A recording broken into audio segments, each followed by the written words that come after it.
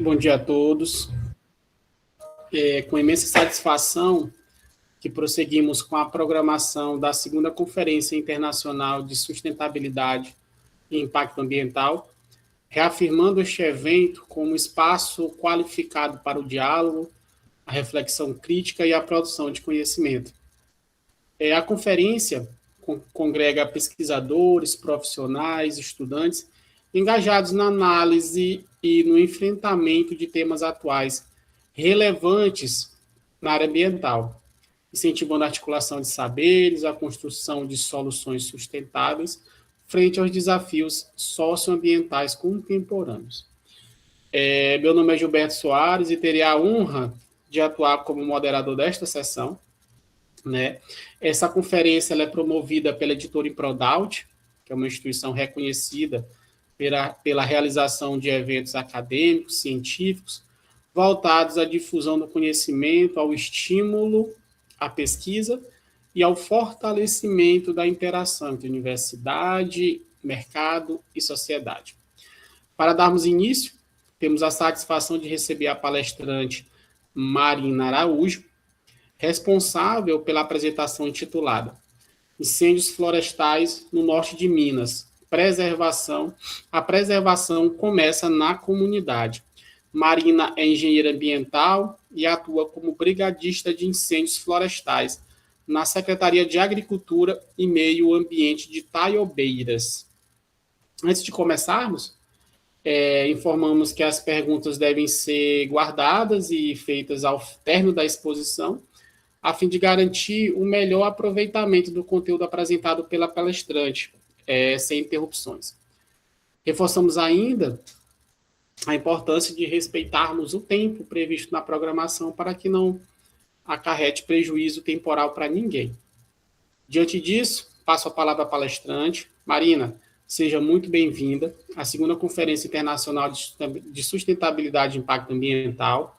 Agradecemos desde já, em nome da Editora Improdaut, por sua valiosa contribuição. Fique à vontade, o espaço é seu. Olá, bom dia a todos. Eu sou engenheira ambiental, como o Gilberto já apresentou, né? Eu vou falar um pouco de como eu vim parar aqui no norte de Minas, né? Que hoje eu vim falar sobre esse tema que faz parte da realidade aqui de Taiobeiras, Minas Gerais. É uma cidadezinha um pouco próximo da Bahia, né? Um pouquinho aqui, Caatinga, Cerrado. Eu me formei em 2024 e assim que eu me formei na Universidade Estadual do Sudoeste da Bahia, eu comecei a trabalhar em uma ONG de reflorestamento em Porto Seguro. Então, assim que eu me formei, eu fui morar em Porto Seguro, né? Tinha acabado de me mudar lá, estava morando lá 6 meses, e surgiu essa vaga aqui em Taiobeiras, a partir de uma demanda que surgiu do município acerca das questões ambientais. O município já tem um engenheiro ambiental efetivo, eu, no caso, estou como contratada, né? Porque quando o município se regulariza nas questões ambientais, ele abre concurso, então já tem um efetivo.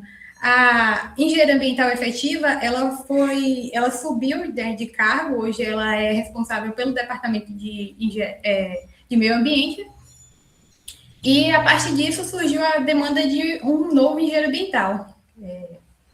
Então, essa vaga surgiu e eu fui indicada, porque eles estavam procurando alguém de confiança, alguém que mexesse com reflorestamento, e eu já estava mexendo.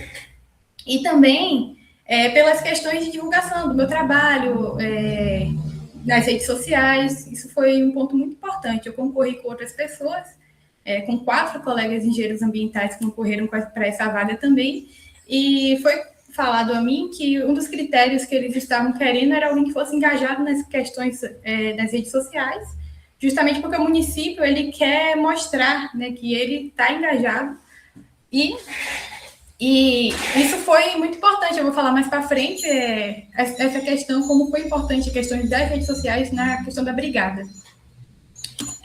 Eu estou na Secretaria de Agricultura e Meio Ambiente. aqui na região norte de Minas, né, uma região cercada por período de seca, tem o bioma cerrado, que tem uma característica da mata seca, né, que é um período do ano, todas as folhas das árvores secam, caem no chão, fora que as árvores aqui são muito inflamáveis, né, elas têm uma casca um pouco macia e que pega fogo muito rápido. Então, as queimadas dos incêndios florestais aqui é algo muito presente. Inclusive, foi um choque de realidade para mim quando eu vim da Bahia. E eu vim para cá em março, e quando abriu a brigada, eles abrem para quem tem interesse, no caso. Eu sou a única mulher da brigada no momento, são 12 homens e uma mulher. E eu tive interesse porque eu vi que, como engenheiro ambiental, eu poderia estar fazendo uma parte importante, né, na brigada. Então, eu entrei na brigada a partir de agosto, né? E eu presenciei muitos incêndios que eu nunca tinha visto na Bahia de proporção tão grande, e abriu os meus olhos para uma realidade que a gente sabe que acontece, mas quando você presencia, você tem um choque muito grande. E eu confesso que é triste você estar vendo tudo ao seu redor pegando fogo e você tentando ali o máximo que pode, mas não tem recurso suficiente para controlar aquilo, né? Então, as características do cerrado, né? A mata seca é uma vegetação que é adaptada ao fogo, mas quando a gente fala que uma vegetação é adaptada ao fogo, a gente fala em consequências naturais, em condições naturais. Um fogo que acontece eventualmente, ocasionalmente. Como é que surge um fogo aqui no Cerrado? Geralmente, quando está acabando o período chuvoso, iniciando o período da seca, a gente tem aquelas tempestades, acontecem raios, e começa a pegar fogo na vegetação. Só que quando eventualmente, ocasionalmente, a vegetação ela consegue se recuperar com o tempo nessas situações. Mas quando é um fogo que acontece com muita frequência, para ela se recuperar já não é a mesma coisa, porque está tendo um desequilíbrio naquele tipo de situação. A gente tem aqui as características, né, de julho a fevereiro, praticamente, é quando começa essa baixa umidade, ventos fortes, e as espécies do cerrado, né, por apresentarem raízes profundas, cascas grossas e uma capacidade muito boa de rebrota, as pessoas acham que é normal, e tudo bem. As queimadas, quando tem queimadas aqui, muita gente olha e fala, é normal, todo ano tem isso. Sendo que a realidade não é essa. Todo ano tem, por causa dos hábitos que os moradores daqui têm, e também da falta de consciência ambiental, que muita gente não tem, acha que é normal pegar fogo todo ano, na proporção que pega, nos impactos que causa. Então, o fogo, os incêndios aqui, eles têm muita origem de ação humana, às vezes descuido, queimada, e falta de informação mesmo, porque as pessoas ainda acreditam que o certo é queimar o lixo, que é queimar o lote, que é queimar o terreno, e mais para frente a gente vai ver que não é bem assim. O cerrado aqui é um bioma muito importante, e vindo para cá a gente aprende isso tanto no curso quanto na biologia, na escola, que é um dos biomas mais importantes. Mas estando aqui, vendo essa realidade, a gente consegue observar, né, ter uma visão mais ampla disso. O Rio São Francisco, ele nasce no Cerrado, ele deságua no mar, ele sai de Minas, passa na Bahia, passa em outros estados. São muitas nascentes, são 8 nascentes de 12 que nascem no Cerrado. E para preservar as nascentes, a gente precisa preservar o Cerrado. A gente tem uma grande biodiversidade também, né, rica em fauna e flora endêmica, ou seja, são espécies que só acontecem no bioma cerrado. Então, se sumir daqui, se continuar da forma que está, ela entrando em extinção, a gente não vai encontrar em outros lugares. E tem a questão da cultura, né? A gente tem o piquizeiro, e o piquizeiro aqui, ele não é só uma fruta, ele é a cultura, ele faz parte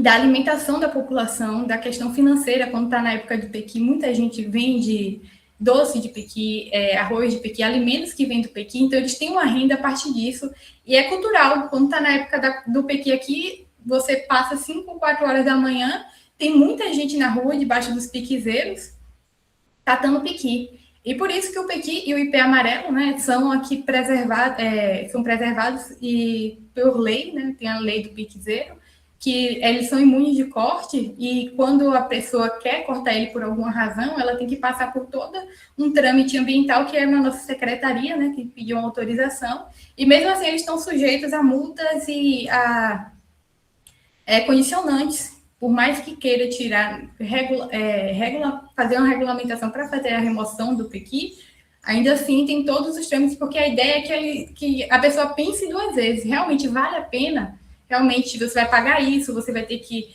A gente pede muita muda, né? Cada um pequizeiro é questão de 20 a 30 mudas de pequi que a pessoa tem que doar, só que para muda ter o mesmo efeito ecológico que um pequizeiro de 20, 30 anos tem, vai demorar muito tempo.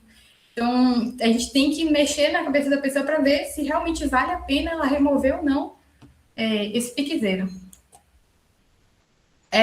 Então, a gente vou falar aqui um pouco dos incêndios florestais, né?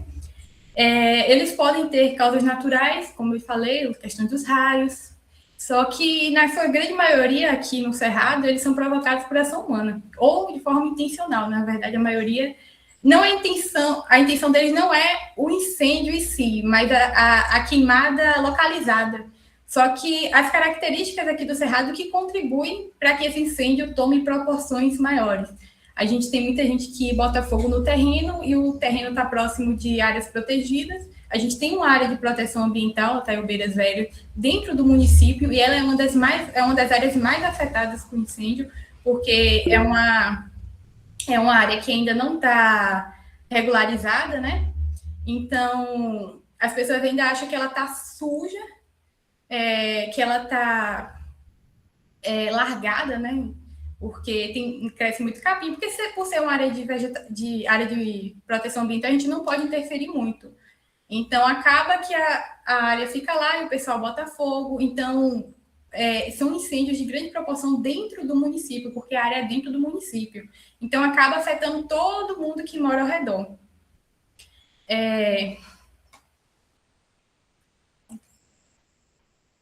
A gente tem os meses de maior incidência, as maiores ocorrências de incêndio que teve aqui na cidade, foi no mês de agosto, na verdade. A brigada, ela começa em agosto e acabou recentemente, né? A gente começou agora o período de chuva.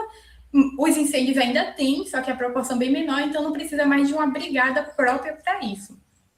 Mas agosto, setembro, outubro, novembro são os meses mais quentes aqui, são os meses que mais venta e são os meses que mais tem incêndios de proporções cada vez maiores. As principais causas na região, como eu falei, são as queimadas por limpeza de terreno, tanto dentro da área urbana quanto na zona rural.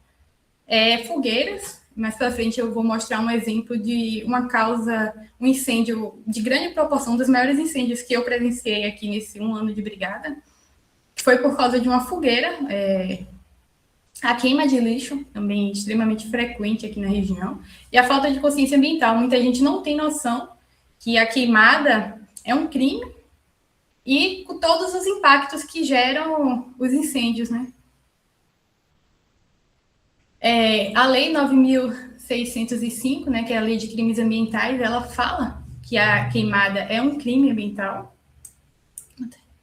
sujeito a multas e a prisão, tanto provocar queimadas, incêndio em mata, floresta, lixo. Então, assim, a gente acha que, vou queimar um lixinho aqui no meu quintal. Não é considerado crime, é crime.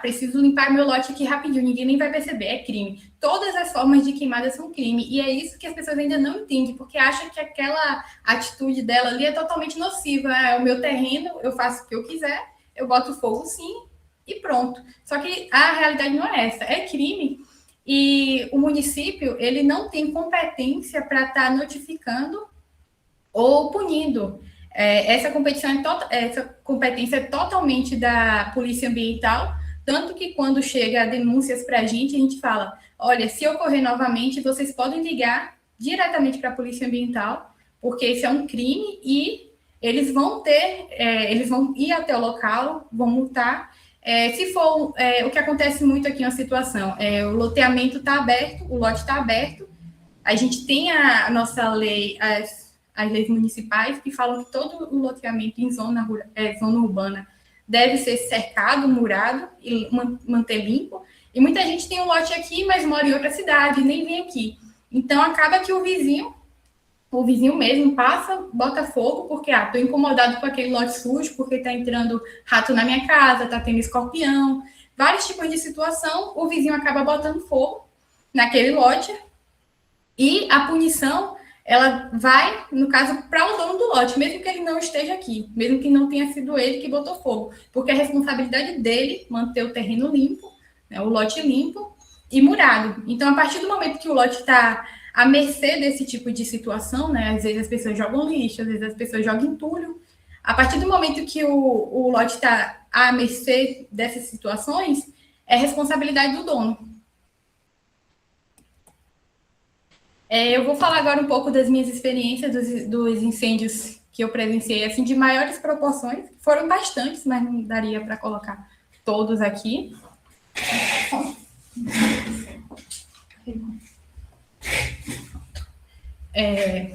Esse aqui foi em uma área de gado mesmo. Vocês podem ver que o capim estava verde, assim, e mesmo assim teve fogo no capim verde, muito capim. Foi uma área que chegou a pegar quase o gado, eles estavam todos acolhidos no canto, tinha cavalo também, os animais todos fugindo, a cerca lá impedindo eles de fugir mais, e a nossa brigada foi acionada para conter esse fogo e também para não passar para os outros terrenos. E assim, a gente vê que mesmo com a vegetação verde, mesmo com o capim verde, ele pega fogo, e muito rápido, inclusive, por causa dos ventos fortes, os ventos impactam muito nesses momentos, porque é rápido. A gente levava em cerca de 10 a 15 minutos para chegar até o local, até o momento da denúncia. Quando a gente via a denúncia na hora, eu geralmente estava responsável por ficar vendo quando chega a denúncia ou não. Então, era questão de 10, 15, 20 minutos, o fogo estava pequeno, quando a gente chegava, ele já tinha tomado uma proporção muito grande, e era desesperador. A gente chegava lá, às vezes o morador estava, demorou, e era o tempo de chegar na secretaria, pegar o equipamento, pegar o veículo, ir até o local, e o fogo já tinha tomado praticamente o terreno todo.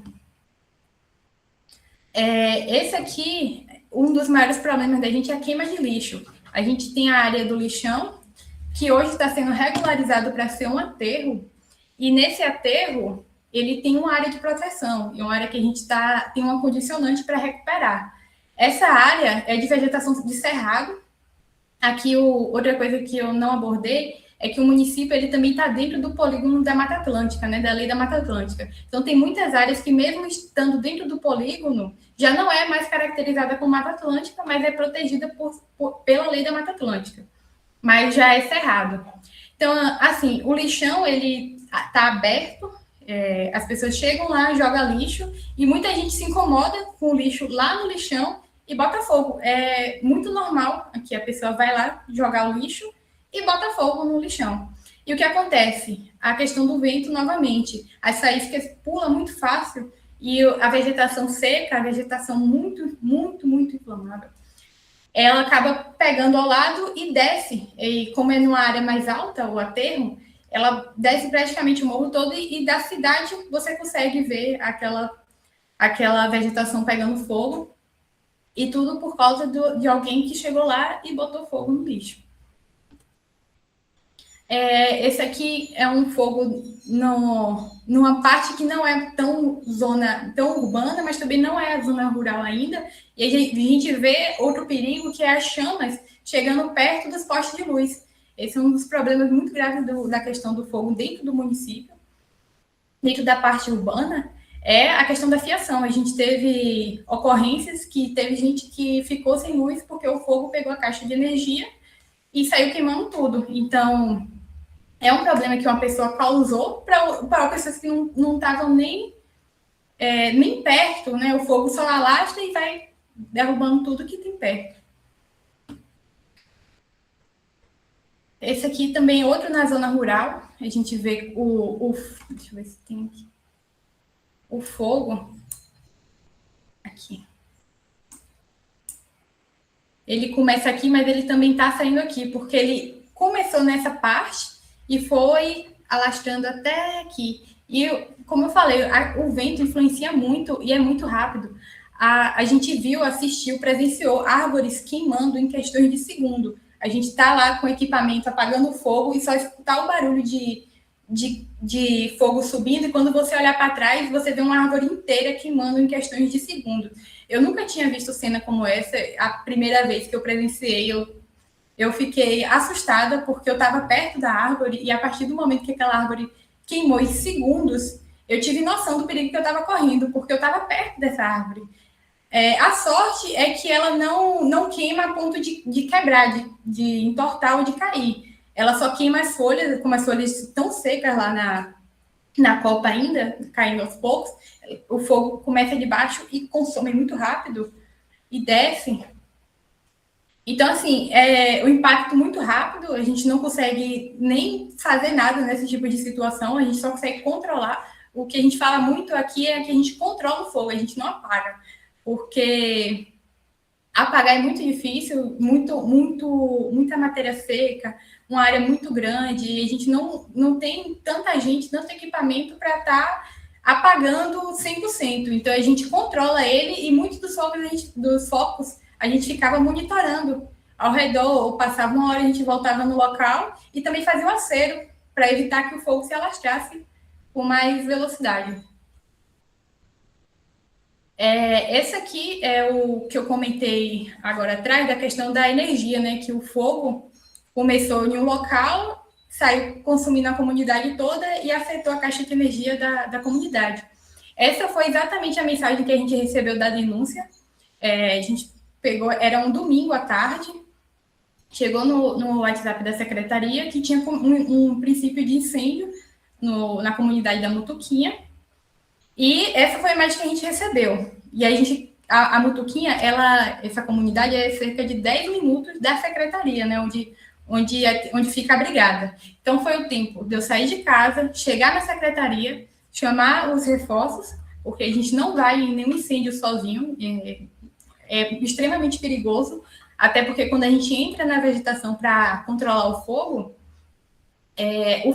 muitas vezes circulava a gente, rodeava a gente. Então, se a gente está ali numa situação sozinha, se perde ou desmaia, ou qualquer coisa, né, pode se tornar algo bem pior. A gente pode chegar a morrer por causa disso, por estar inalando aquela fumaça.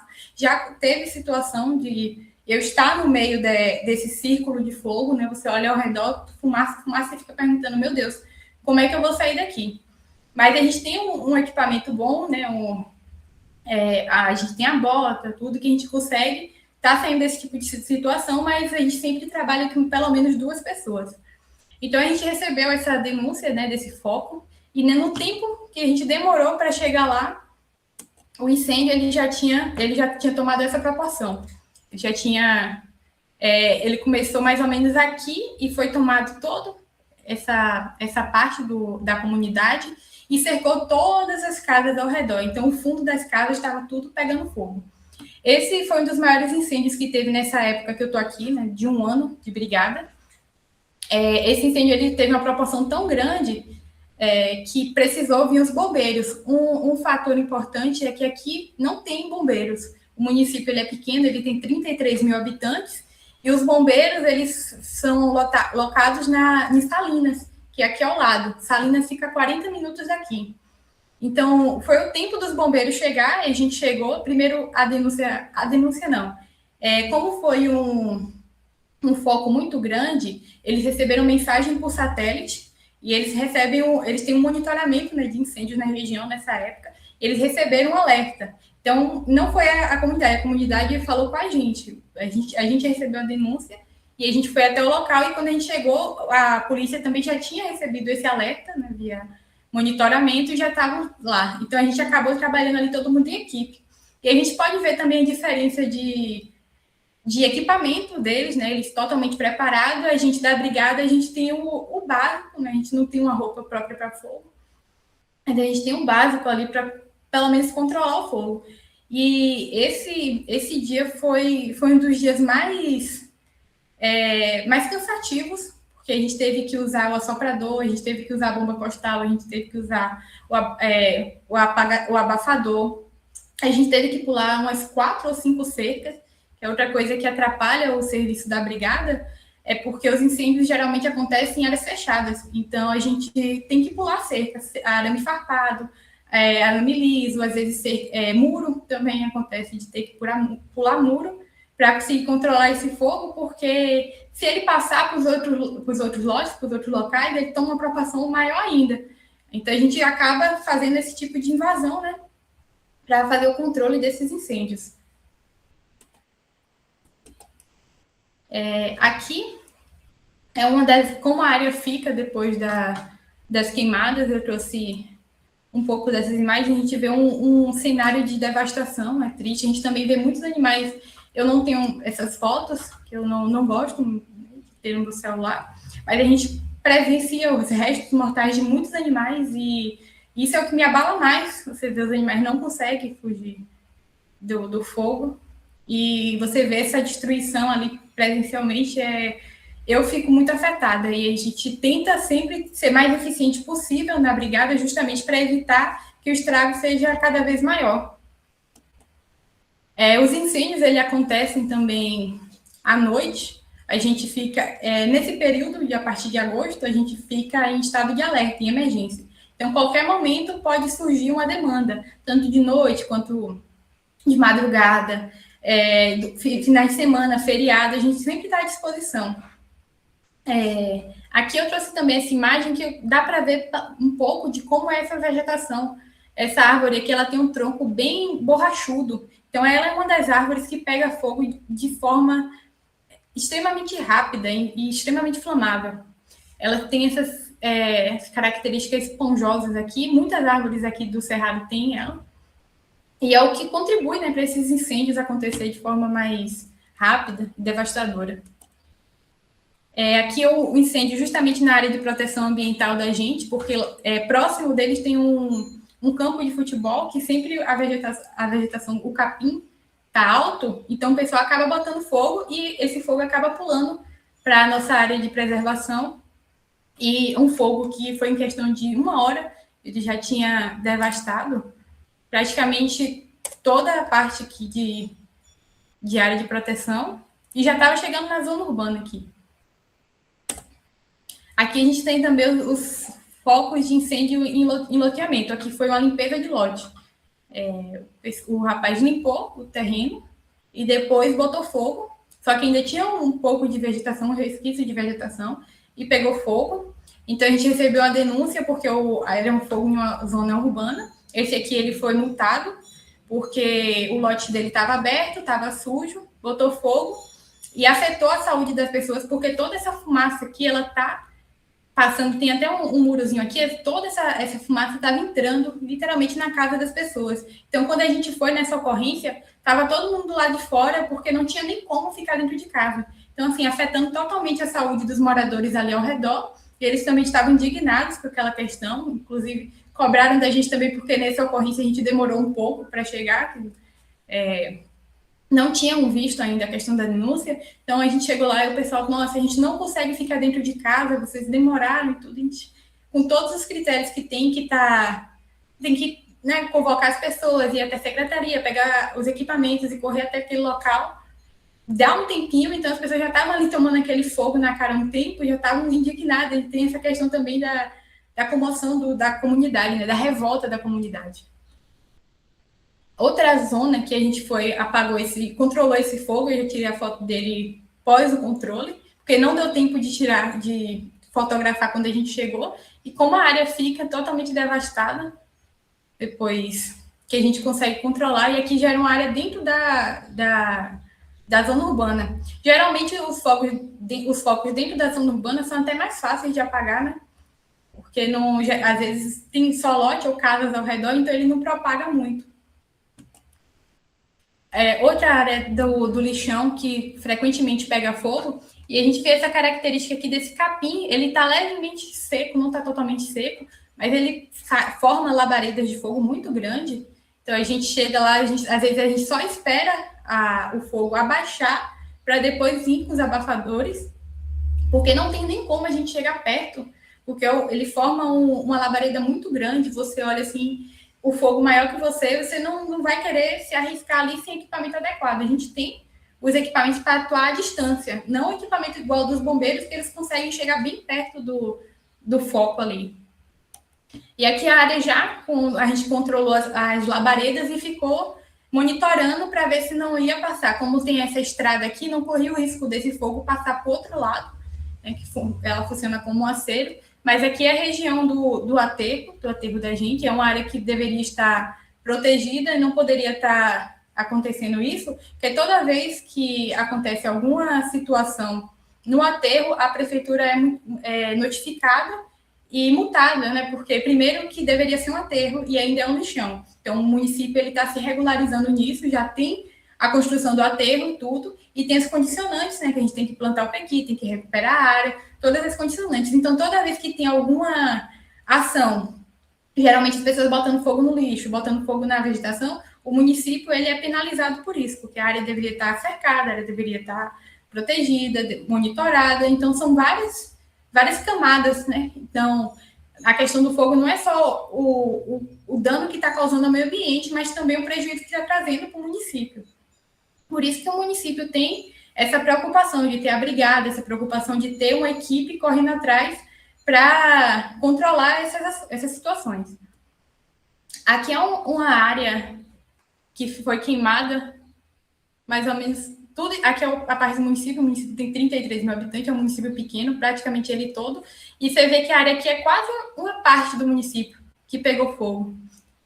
São incêndios de proporções muito grandes, e a gente vê que é um loteamento, então provavelmente começou com limpeza de terreno aqui, e foi descendo e pegando a parte do cerrado.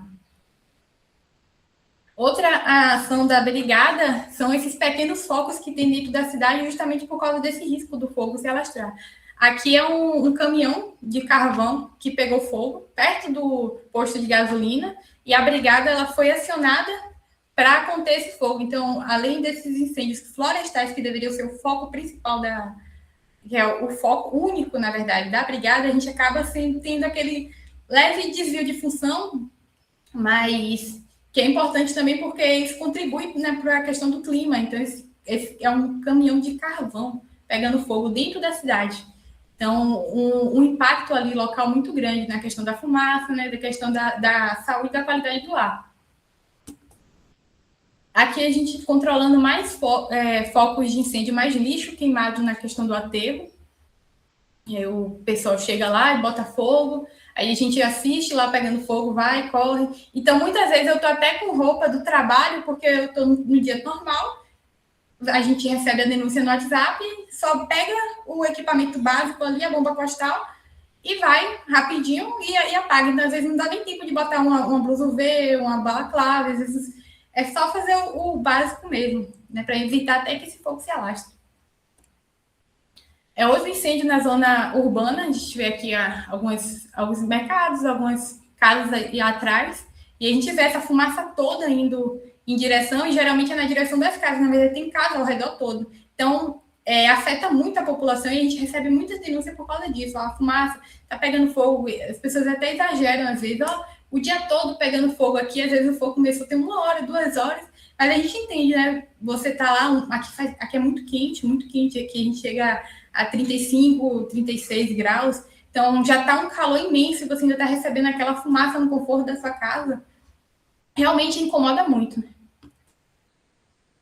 Aqui é uma área que pós-fogo também, a gente ainda vê um focozinho aqui pequeno, mas é só a fumaça no local, como não tem muita vegetação ao redor, a gente só monitora, continua só fazendo monitoramento.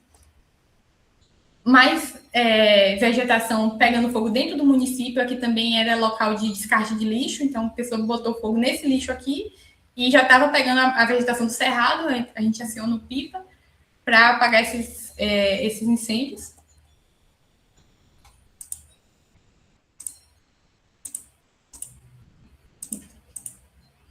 E tem também a questão dos impactos ambientais, né? Por causa desses incêndios, a gente tem a morte de animais, como eu comentei, de chegar e ver vários restos mortais de animais queimados, a destruição da vegetação, a perda do solo e a poluição, que são impactos bastante sentido aqui, tanto pela população, tanto pelos animais, tudo que cerca ali, né, que está sofrendo por essas queimadas.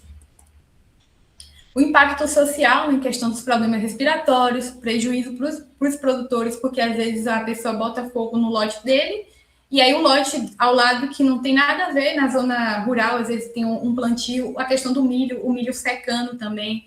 Às vezes a pessoa está deixando aquele milho ali secando, a pessoa bota fogo ao lado e pula para o dele, e ele tem todo esse prejuízo por causa de uma consequência de algo que ele nem atuou, ele só teve o prejuízo. A gente tem os riscos de pegar fogo nas casas também, principalmente nas zonas rurais, porque o fogo chega bem perto da casa, às vezes o fogo consegue passar até a cerca, então muita gente da zona rural faz acero nessa época do ano, justamente para impedir isso. A questão dos crimes ambientais também, eu usei essa imagem aqui de exemplo, que esse rapaz de preto é o prefeito da nossa cidade. Ele tem uma área enorme aqui, que se chama Tocão, que é uma área de preservação privada. Então, quando ocorre incêndio, geralmente as pessoas invadem a área, que ela é toda cercada, com cerca viva e com cerca de arame. Mesmo assim, as pessoas invadem lá, joga lixo, joga fogo, bota fogo. Ele é notificado e multado, porque é como se ele estivesse fazendo esse crime, né? Então, ele é notificado por causa disso. Então, ele sempre está muito preocupado nessa questão. Ele sempre, toda vez que tem algum incêndio na área de preservação privada dele, ele faz um BO, um boletim de ocorrência, justamente para o IBAMA estar ciente que não foi ele que causou aquilo. E ele não ter que pagar multa, né, por causa disso. A gente tem a estrutura da brigada, a gente tem a equipe dos brigadistas, que é da Secretaria do Meio Ambiente, com a Defesa Civil. Então, assim, tem os funcionários da Secretaria, que é eu e alguns outros colegas, e também tem o pessoal da Defesa Civil, que a gente junta para fazer essa brigada. A gente tem um caminhão-pipa no combate, sempre que os incêndios são... Não só são 3 caminhões-pipas, sempre que tem incêndios de grandes proporções, principalmente nas zonas urbanas e próximas à zona urbana, porque na zona rural, muitas vezes, o caminhão-pipa não chega, porque a área é cercada, por causa das estradas, então ele fica um pouco limitado por causa disso. Então, os incêndios nas zonas rurais acabam sendo até mais difícil de controlar, justamente por causa disso. A gente não tem o apoio do pipa, né? De equipamentos, a gente tem os abafadores, que é esse aqui. Tem os sopradores. A gente dificilmente usa os sopradores, porque o vento aqui já colabora muito nessa questão de assoprar mesmo o fogo. Então, para a gente não é muito, às vezes não é muito interessante usar ele. A bomba costal, às vezes a gente usa a bomba costal com assoprador, que a gente joga a água na frente do assoprador para fazer um jato de água, né? E isso é muito eficiente, a gente tem usado isso bastante. E alguns equipamentos básicos, óculos, máscara, balaclava. Então, enfim, roupa térmica, de proteção contra o fogo, a gente não tem. A gente tem esses equipamentos básicos, mas que são bastante eficientes. A gente gostaria de ter mais equipamentos, mas no momento o que o município consegue fornecer para a gente é isso, e a gente tenta fazer tudo na medida do possível que a gente tem. Aqui é a realidade da equipe, né, que justamente eu botei esse vídeo com roupa normal, que, como eu falei, às vezes a gente está no nosso dia a dia trabalhando e surge uma denúncia e a gente sai com a roupa mesmo que a gente está, do jeito que a gente está, só pega a bomba costal, o abafador, monta no carro e vai, porque às vezes são emergências muito rápidas, o fogo aqui age muito rápido, né, então a gente não pode demorar, a gente não pode, vou chegar em casa, vou botar uma blusa verde, vou botar uma roupa de proteção, não dá tempo, a gente tem que só botar ali o que tiver na hora e ir. A gente tem que ter essa disponibilidade constante, que a gente recebe chamadas a qualquer hora, né? E a maioria dos incêndios de maiores proporções foram em finais de semana, porque justamente a pessoa limpa o lote ali e bota o fogo. No final de semana a pessoa está ali, né, fazendo nada e decide botar um fogo, e aí a gente fica à mercê disso. Então, finais de semana, feriados, justamente é quando ocorrem as maiores ocorrências. A comunicação e as denúncias, como eu falei da questão das redes sociais, que foi um ponto muito interessante aqui, porque quando eu entrei na brigada, quando eu entrei aqui no município, eu comecei a mostrar muito o meu trabalho, e isso foi muito importante para as pessoas daqui verem que tinha brigada, porque apesar da brigada estar aqui há cerca de 4 ou 5 anos, muita gente não sabia que tinha, às vezes a denúncia chegava pelo pessoal da brigada mesmo, no caso eu, da brigada, estou passando, vi um foco ali, mandava no grupo da brigada, gente, está tendo fogo e tal. A partir do momento que eu entrei, eu consegui produzir conteúdo, tanto como vídeo, tanto esses panfletos para a gente divulgar em grupos o trabalho da brigada. E isso foi muito importante porque a gente foi recebendo realmente denúncias, a gente foi vendo que a comunidade realmente preocupa. E quando a gente chegava no local, eles viam, pô, eu nem sabia que tinha brigada, nem sabia que tinha esse trabalho aqui, e ainda denunciava para a gente. E falava, foi fulano que botou fogo. E aí a gente falava, ó, essa questão não é com a gente, quando isso acontecer, você pode falar diretamente com a Polícia Ambiental, porque eles vão poder multar e notificar a pessoa que está fazendo isso. Então, a partir desse momento que eu entrei com essa divulgação nas redes sociais, a gente teve mais denúncias, a gente conseguiu também ter uma resposta mais rápida nas ações e uma maior participação da população. Teve muitas denúncias que a gente não recebeu pelo canal do WhatsApp, a gente recebeu pelo meu Instagram pessoal mesmo, às vezes, finais de semana, lá no Instagram chegava uma mensagem, um pedido de mensagem, quando eu abri, alguém, oi, tá acontecendo um incêndio aqui, eu vi seu Instagram, aí mandava foto e a gente ia lá e resolvia. Então, assim, foi muito, muito legal a participação da população dessa forma. E também, né, mostrar a importância das redes sociais, a gente estar divulgando o nosso trabalho e o alcance que ele tem. Isso foi muito interessante para mim.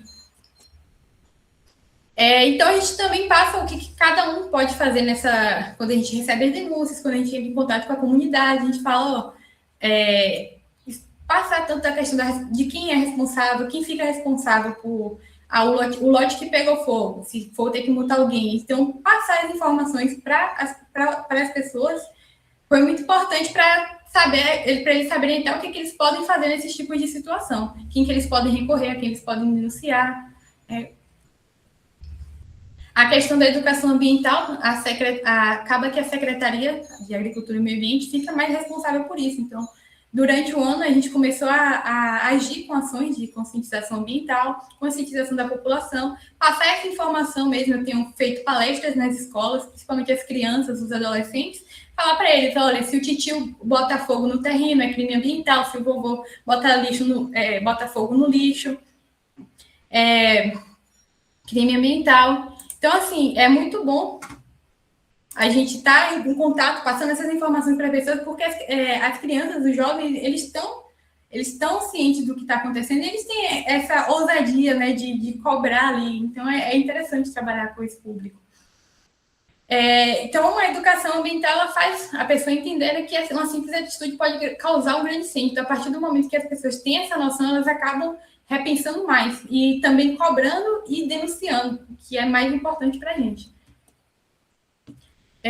O cerrado resiste ao fogo, mas não ao descuido humano. Então, justamente isso, o cerrado, ele é resistente ao fogo, ele tem aguentado o fogo durante muitos anos, mas o descuido humano que tem prejudicado mais e tem contribuído para a degradação dele. Então, é importante a gente entrar com a educação ambiental, é importante a gente trabalhar na divulgação do nosso trabalho, tanto nas redes sociais, no local, porque as pessoas veem isso e começam a denunciar, começam a correr atrás, e é muito interessante trabalhar dessa forma. Eu não esperava, quando eu vim aqui trabalhar no município, que eu ia ter tanto contato com a população assim, e tem sido muito gratificante também atuar na brigada e poder contribuir de uma forma mais eficaz em relação à preservação do cerrado.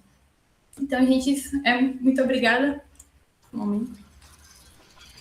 Agradecemos à palestrante Marina Araújo pela brilhante apresentação. Trouxe importantes reflexões acerca dos desafios e das estratégias de prevenção, né, no combate aos incêndios florestais.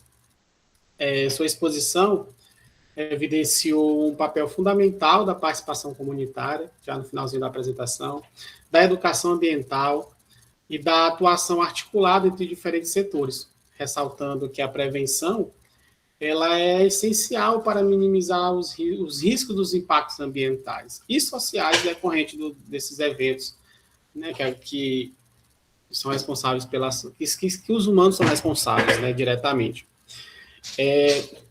Brilhante apresentação, viu, Marina?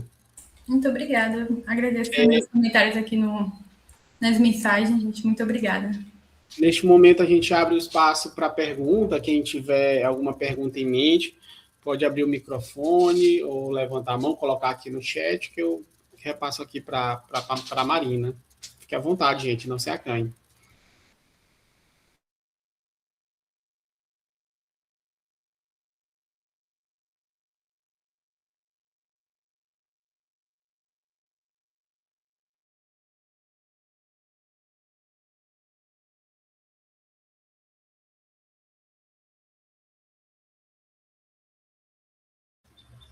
Marina, tem uma pergunta aqui no chat.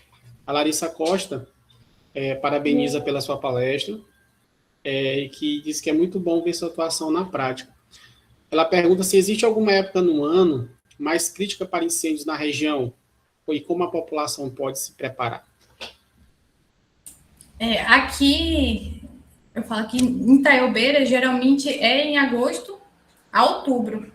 Realmente foi quando a gente atuou mais na brigada e teve esses incêndios de forma que é justamente quando a mata seca está no estágio final, que todas as folhas já começaram a cair, né? Que começa a secar de pouquinho, todas as folhas caem e fica mais suscetível a essas queimadas. E a população, ela geralmente, a gente recomenda, principalmente na zona rural, é fazer os aceros em torno de toda o lote dela, né? Fazer os aceros justamente para se o vizinho botar fogo, não pular para o terreno dele. E na parte urbana, a gente só recomenda denunciar mesmo, porque não é a questão que eu falei dos lotes. Os lotes eles devem estar fechados, cercados e limpos. Né? Então, a partir do momento que o dono não faz isso, o terreno fica suscetível a esse tipo de queimada, é responsabilidade dele. Então, ele vai ser notificado, ele vai ser multado por isso. Então, a gente recomenda manter seu terreno limpo, mure, justamente para evitar esse tipo de situação. Uma coisa que acontece muito aqui, às vezes a pessoa quer cortar o pequizeiro, mas não quer passar por todos os trâmites legais que quer fazer em relação a isso. Então, ele limpa o terreno dele e bota fogo. E aí, o pequizeiro que está lá, que não pode ser cortado, né, que é imune de corte, pega fogo também e acaba. O pequizeiro ele não é tão resistente igual as outras plantas. Tanto que ele é protegido por lei justamente por causa dessas questões. Então, a pessoa acaba usando desse artifício para se livrar ali do pequizeiro. Então, quando isso ocorre, a gente já tem que atuar de uma forma diferente. A gente tem que investigar ali se ele realmente, se aquele incêndio realmente foi acidentalmente, se aquele pequizeiro pegou fogo ali acidentalmente ou se foi intencional mesmo. O Gustavo, Marina, perguntou se a população tem alguma espécie de receio de chamar a brigada, temendo algum tipo de denúncia. Não, a brigada não. De chamar eles não, pelo contrário, eles chamam até bastante. A partir do momento que eles descobrem que tem uma brigada aqui, eles são bem ativos nessa questão. Quem geralmente tem medo das denúncias é quem está com lote irregular, né? Porque sabe que ele que vai ser, né, se o lote dele pegou fogo, ele que vai ser penalizado. Mas a pessoa que está ao redor e está sendo impactada com aquela queimada no lote dele, ela não se preocupa. Ela, primeiro sinal de fogo, ela manda mensagem e a gente vai correndo atrás. Como é feita a redução da água? Eu acho que essa tua resposta responde à pergunta da Luísa. É mais ou menos nesse sentido. Da água. Mais alguma pergunta, gente? Caminhões. Eu estava lendo aqui a pergunta da Luísa. É justamente o que ele falou, né? É justamente o que eu falei antes. Como assim? O vizinho mora no local e bota fogo na área dele. Não.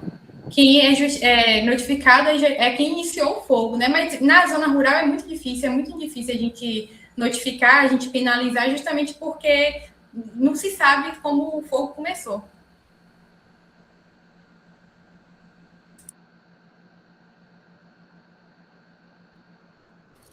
Tem uma pergunta aqui do Antônio Jorge. Parabeniza sua apresentação, Marina. E ele fala que, devido à dificuldade de rios e lagoas na região, como é feita a reposição da água nos caminhões até porque deve ser uma das dificuldades encontradas pela equipe da Brigada. Realmente, infelizmente é difícil. O município tem 4 postos abertos em várias regiões da cidade, e o caminhão-pipa ele tem que abastecer nesse local. Então, geralmente, quando é um incêndio na zona rural, acaba atrapalhando muito, justamente porque quando acaba, geralmente acaba, ele tem que voltar para a zona urbana para abastecer. Os locais geralmente são mais distantes. Então, isso dificulta um pouco, né? Por isso que, às vezes, a depender da proporção do incêndio, a gente deixa 2 pipas à disposição. Mas a maioria dos incêndios aqui, o pipa não resolve muito, né? Que ele não chega até a área, ele tem um limite da mangueira dele também, então ele acaba só servindo nas beiradas e o resto do trabalho fica para a gente mesmo, manualmente, né?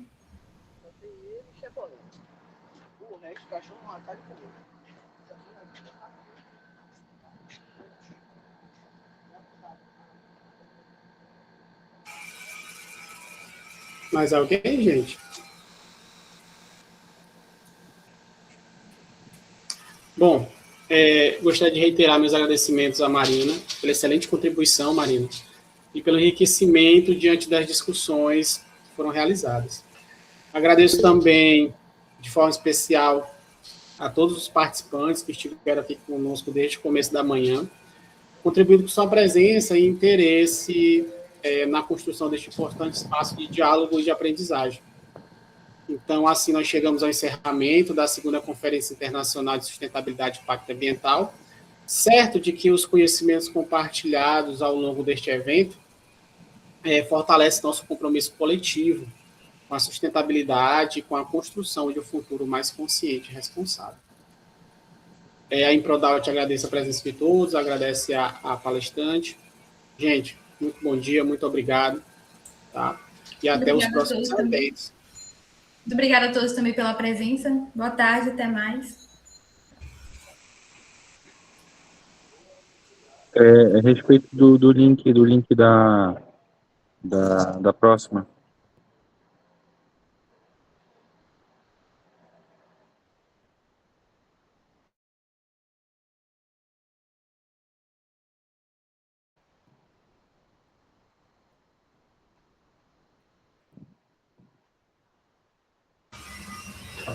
Pessoal, em relação aos certificados, todos que estão inscritos nos que assistiram as palestras e foram devidamente inscritos no evento, vão receber a comunicação da editora em até 8 dias úteis por e-mail, tá? Para emissão de certificados. E para quem encaminhou trabalho, artigo científico, resumo simples, para quem teve os trabalhos aprovados em até 30 dias úteis, tá? Emissão de certificados. Mais alguma dúvida, pessoal?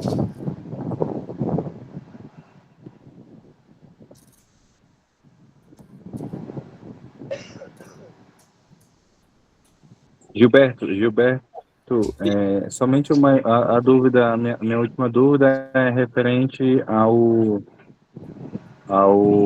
terceiro link, no caso, porque ali da primeira eu não estava conseguindo entrar até que uma colega disponibilizou pelo próprio ali do e-mail, né, que chegou para mim, eu não estava conseguindo entrar, nem das 9 às 10. Pois é, aí vai ter agora o das 11 às 12. Não, o das 11 às 12 foi esse que acabou de terminar. Tá? Na verdade, estavam previstos... não, perdão, é por conta do fuso horário. É o fuso horário, perdão. É o fuso horário, eu me confundi. No começo do evento estavam previstos bom. 4 palestras, mas foram apenas 3, porque teve uma das palestrantes que desmarcou em cima da hora. Tá bom? Esta foi a palestra de encerramento. Obrigado. Tá bom? Então. Tranquilo. Tá bom, então, obrigado. Obrigado. Tchau, tchau, pessoal.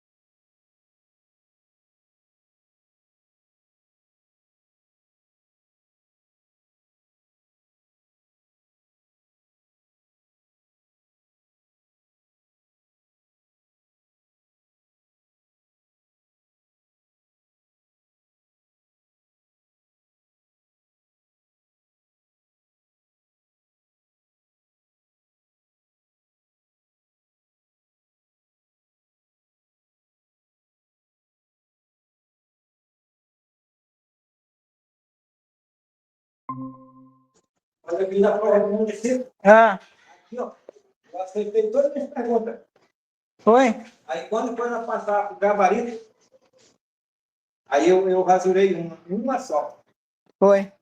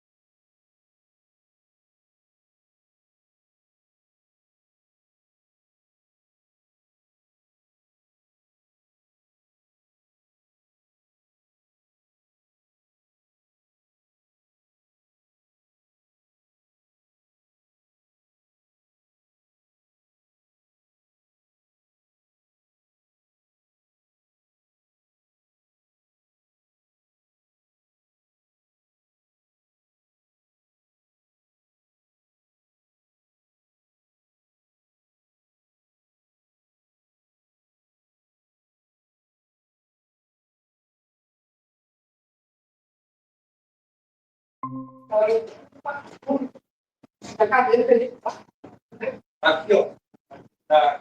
Mas só que não tem aula de manhã. Mas é desse aí, galera. Aqueles dois lá, tá? Não vai, não é muito. Tem espaço? Tem espaço. Será que você quer ficar aí, fugiu? Ele estava por a revista. Que? Eu acho muito doido lá da.